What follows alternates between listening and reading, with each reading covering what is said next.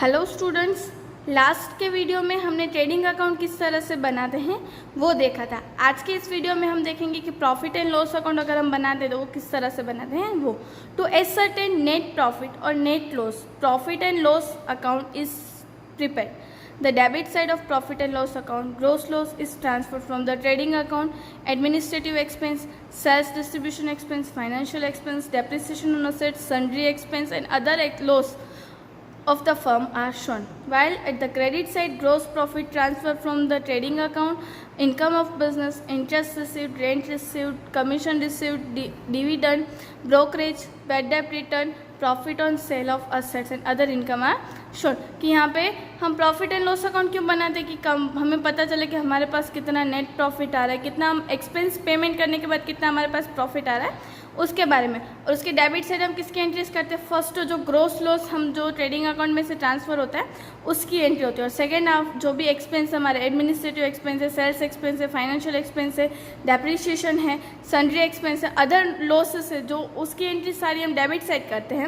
And credit side entries होती हैं gross profit जो है ट्रेडिंग अकाउंट में से ग्रोस प्रॉफिट जो भी ट्रांसफर होता है उसकी एंट्रीज, इनकम बिजनेस की जो भी इनकम होती है लाइक इंटरेस्ट की, rent received, commission received, dividend received, brokerage है, बैड डेप्ट है, ये सारी बैड डेप्ट रिटर्न, ये सारी चीज़ों की एंट्री हम कहाँ पे करते हैं?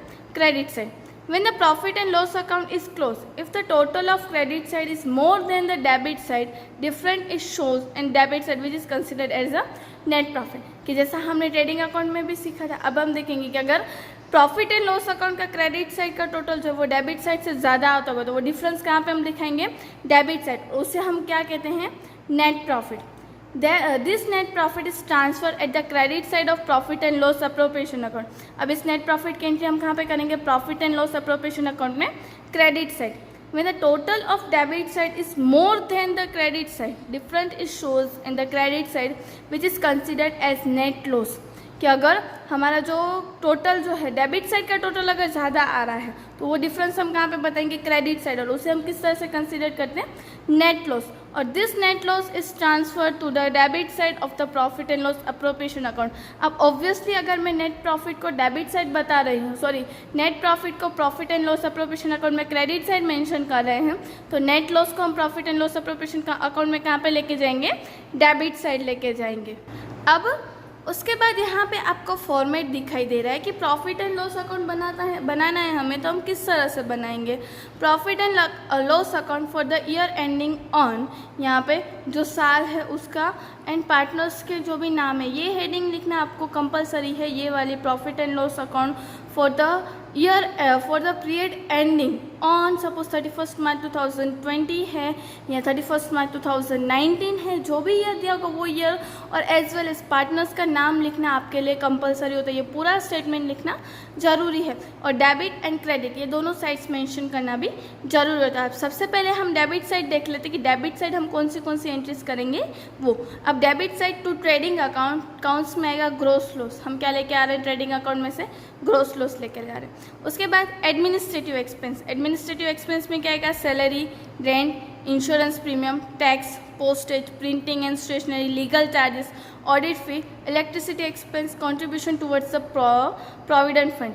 कि अब यहाँ पे ये जो एडमिनिस्ट्रेटिव एक्सपेंस है हमेशा याद रखना प्रॉफिट एंड लॉस अकाउंट का जो स्टेटमेंट का जो फॉर्मेट है आप उसी फॉर्मेट के अकॉर्डिंग सारे एक्सपेंसेस की एंट्री करनी है. अब एक्सपेंस जो है वो 4 पार्ट में डिवाइड होते हैं. Administrative expense, sales distribution expense, फिर other expense and financial expense. इस तरह से आप जो है उसकी एंट्रीज कर सकते हो. और वो एंट्रीज जो है इसी सेक्शन वाइज हमें सारे एक्सपेंस की एंट्री करनी होती है. Salary, rent, insurance premium, tax, postage, printing, stationery, legal charges, audit fee, electricity expense, contribution toward provident fund, ये सारी चीज़ें क्या है हमारे लिए एडमिनिस्ट्रेटिव एक्सपेंस है. तो वो अगर कहीं पे भी आपको सैलरी या ये सारी चीज़ें देखे तो उसकी एंट्री हम कहाँ पे करेंगे? एडमिनिस्ट्रेटिव एक्सपेंस में. Then after second point is sales and distribution expense.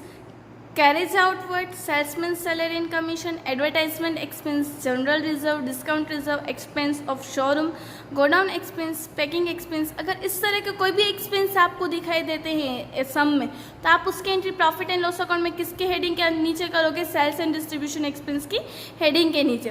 फिर third point is financial expense, interest on partners loan, interest on bank overdraft, interest on borrowed loan, bank charges commission, managers commission.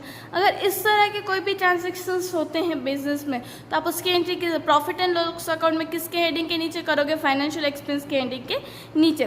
Then after to other expense और loss, इसमें यहाँ पे आएंगे donation expense, assets depreciation की जो भी business के assets है उसका डेप्रिसिएशन। देन आफ्टर यहाँ पे बैड डेप्ट के एक्सपेंस जो एडजस्टमेंट्स आपको दी गई है वो होगी बैड डेप्ट ट्रायल बैलेंस, बैड डेप्ट एडजस्टमेंट, BDR बैड डेप्ट रिजर्व एडजस्टमेंट्स। इन तीनों का प्लस करके जो आंसर आएगा उसमें से हम क्या करेंगे? बैड डेप्ट रिजर्व ट्रायल बैलेंस में अगर आपको दी गई तो वो माइनस करेंगे और जो अमाउंट आएगी उसे हम कहाँ पे लिखेंगे? आउटर कॉलम में। फिर loss due to fire, loss due to theft, loss on sale of assets, provision for expense और लॉस, ये सारी चीज़ें कहाँ पे आएंगी? अदर एक्सपेंस और लॉस में। एंड द लास्ट में यहाँ पे हम क्या लिखेंगे? To profit and loss appropriation account. अगर नेट प्रॉफिट है मतलब क्रेडिट साइड का टोटल अगर डेबिट साइड से ज़्यादा है तो हमारे लिए क्या है? हमारा नेट प्रॉफिट। तो उसकी एंट्री हम कहाँ पे करेंगे? Debit side. क्या लिखेंगे? To profit and loss appropriation account और अकाउंट्स में नेट प्रॉफिट।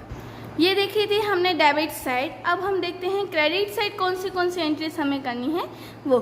सबसे पहले trading account, by trading account gross profit, जो ट्रेडिंग अकाउंट में से हम ग्रॉस प्रॉफिट लेके आ रहे हैं उसकी एंट्री। देन आफ्टर इनकम की इनकम कौन सी by income, discount received, rent received, commission received, brokerage received, consignment commission received, interest on investment, interest on loan lend, bad डेप्ट return, profit on sale of assets, sale of old newspaper, income from scrap, sundry income. Sundry income मतलब कि अलग अलग जो भी income होती है वो, कोई भी छोटी मोटी इनकम होती है वो। एंड लास्ट में by profit and loss appropriation account net loss, कि अगर डेबिट साइड का टोटल जो है वो क्रेडिट साइड से ज़्यादा है तो जो डिफरेंस आएगा उसको हम कहाँ पे लिखेंगे? Credit side. और पर्टिकुलर में क्या लिखेंगे? By profit and loss appropriation account net profit. इस तरह से हम क्या करेंगे? प्रॉफिट एंड लॉस अकाउंट हमारा जो है वो हम प्रिपेयर करेंगे। और अगर नेट प्रॉफिट होता है तो उसकी एंट्री कहाँ पे होगी? Profit and loss appropriation account में क्रेडिट साइड। और अगर नेट लॉस होता है तो उसकी एंट्री कहाँ पे होती है? Profit and loss appropriation account में डेबिट साइड। अब हम देखते हैं हम profit and loss appropriation account किस तरह से बनाएंगे। अब हमारा थर्ड पॉइंट है, थर्ड अकाउंट जो हम बनाते हैं, थर्ड अकाउंट वो है profit and loss appropriation account. वो क्यों बनाया जाता है? To disclose distribution of profit between the partners, profit and loss appropriation account is prepared in a partnership firm. Profit and loss appropriation account is a part of profit and loss account only. The separate preparation is not mandatory. अब यहाँ पे profit and loss account क्यों बनाते हैं हम लोग? कि partners को जो भी हम प्रॉफिट दे रहे हैं वो किस तरह से हम डिस्ट्रीब्यूट कर रहे हैं उसके बारे में इंफॉर्मेशन प्रोवाइड करने के लिए जो भी अकाउंट बनाया जाता है that is called profit and loss appropriation account. अब यहाँ पे profit and loss appropriation account में क्या, एक प्रॉफिट एंड लॉस का एक पार्ट ही है कि जो लोग प्रॉफिट एंड लॉस अकाउंट बनाए तो उसका एक पार्ट ही है। हमें उसे अगर हम चाहें तो उसे कंबाइन हम सारी एंट्रीज कर सकते हैं, उसे सेपरेट बनाने की भी कंपलसरी ज़रूरत नहीं होती है।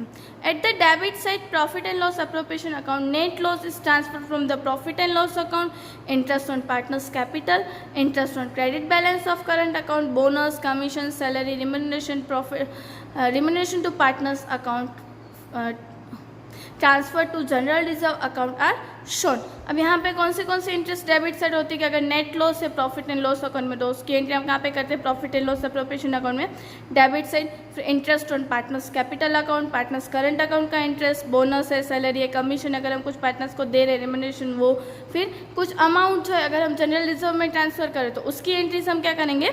डेबिट साइड करेंगे। At the credit side of profit and loss appropriation account, net profit transfer from profit and loss account, interest on drawing of partners, interest on debit balance of partners current account shows। अब अगर हम profit and loss account में credit side की entry देखने जाएं तो यहाँ पे एंट्री किसकी होगी? नेट प्रॉफिट जो है वो आता है उसकी, फिर इंटरेस्ट ऑन ड्राइंग की, interest on debit balance of current account, ये सारी चीज़ों की एंट्री कहाँ पे होगी? Credit side. When the profit and loss appropriation account is closed, if the total credit side is of more than debit side, the difference is recorded at the debit side. It is considered as a divisible profit। कि अगर credit side का total जो है वो debit side से ज़्यादा आता है तो वो डिफरेंस को हम कहाँ पे लिखेंगे, डेबिट साइड, और वो हमारे लिए क्या है, हमारा divisible profit. This divisible profit is credited to partners capital account and partners current account और to partners current account when fix capital account is maintain their profit sharing ratio. यहाँ पे इसकी एंट्री हम कहाँ पे करेंगे, डिविजिबल प्रॉफिट किया तो पार्टनर्स कैपिटल अकाउंट में और पार्टनर्स करंट अकाउंट में। अगर फिक्स कैपिटल मेथड है तो पार्टनर्स करंट अकाउंट में, और खाली सिंपल अगर हम पार्टनर्स कैपिटल अकाउंट बनाए तो उसकी एंट्री हम कहाँ पे करेंगे, पार्टनर्स कैपिटल अकाउंट में।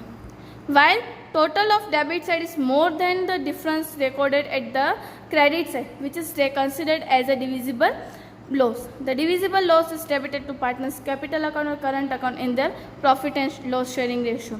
अगर डेबिट साइड का टोटल जो है वो क्रेडिट साइड के टोटल से ज़्यादा होता है तो उसकी एंट्री हम कहाँ पे करेंगे, वो हम करेंगे उसकी entry partners capital profit and loss appropriation account में डेबिट साइड और पार्टनर्स कैपिटल और करंट अकाउंट में क्रेडिट साइड। अब यहाँ पे आपको एक नोट दिया गया है कि when profit and loss appropriation account is not prepared to ascertain divisible profit on loss, all the items of profit and loss appropriation account shown in the profit and loss account, this divisible profit is transferred or loss transferred to capital account, partners capital account. This explanation is optional.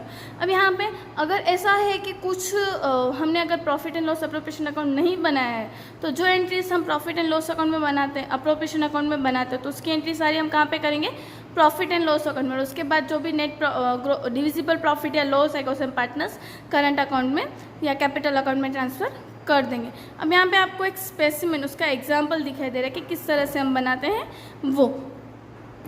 अब specimen यहाँ पे दिया हुआ है profit and loss appropriation account for the year ending on off partners के। यहाँ पे जिस तरह से आगे हम स्टेटमेंट लिखते थे इसी तरह से यहाँ पे भी हम स्टेटमेंट लिखेंगे ईयर का और एज वेल एज पार्टनर्स के नाम का। अब यहाँ पे फॉर्मेट दिया हुआ है डेबिट एंड क्रेडिट। सबसे पहले हम डेबिट साइड देख लेते हैं। टू नेट लॉस, कि अगर लॉस हुआ है तो उसकी एंट्री हम कहाँ पे लिखेंगे, profit and loss appropriation account में debit side. Interest on partners capital account, A B जितने भी पार्टनर्स हैं वो टोटल बाहर की साइड।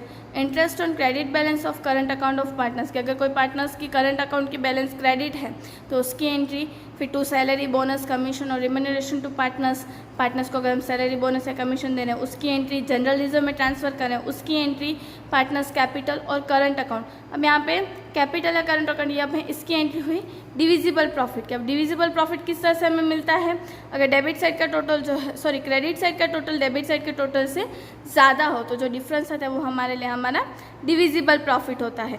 तो डिविजिबल प्रॉफिट की एंट्री हम कहाँ पे करेंगे, पार्टनर्स कैपिटल और करंट अकाउंट में debit side. X and Y जो भी पार्टनर्स हैं, जितने भी पार्टनर्स हैं उसकी एंट्री उनके profit and loss sharing ratio में डिस्ट्रीब्यूट करेंगे। देन आफ्टर क्रेडिट साइड, तो क्रेडिट साइड सबसे पहले क्या आएगा, by net profit. Net profit जो कितना है हमारा वो। फिर interest on partners drawing account, जितने भी पार्टनर्स हैं उनके ड्राइंग के ऊपर interest. Interest on debit side of current account, अगर पार्टनर्स करंट अकाउंट की डेबिट बैलेंस है तो उसकी एंट्री। एंड लास्ट में बाय पार्टनर्स कैपिटल और करंट अकाउंट डिविजिबल लॉस, अगर डेबिट साइड का टोटल क्रेडिट साइड के टोटल से ज़्यादा है तो जो भी लॉस होता है उसकी एंट्री उसके profit and loss appropriation profit and loss sharing ratio के अकॉर्डिंग उसको डिस्ट्रीब्यूट करना। आज के इस वीडियो में हमने देखा प्रॉफिट एंड लॉस अकाउंट किस तरह से बनाते हैं और profit and loss appropriation account किस तरह से बनाते हैं वो। In the next video we will learn about our partners capital account or current account and as well as balance sheet. Thank you.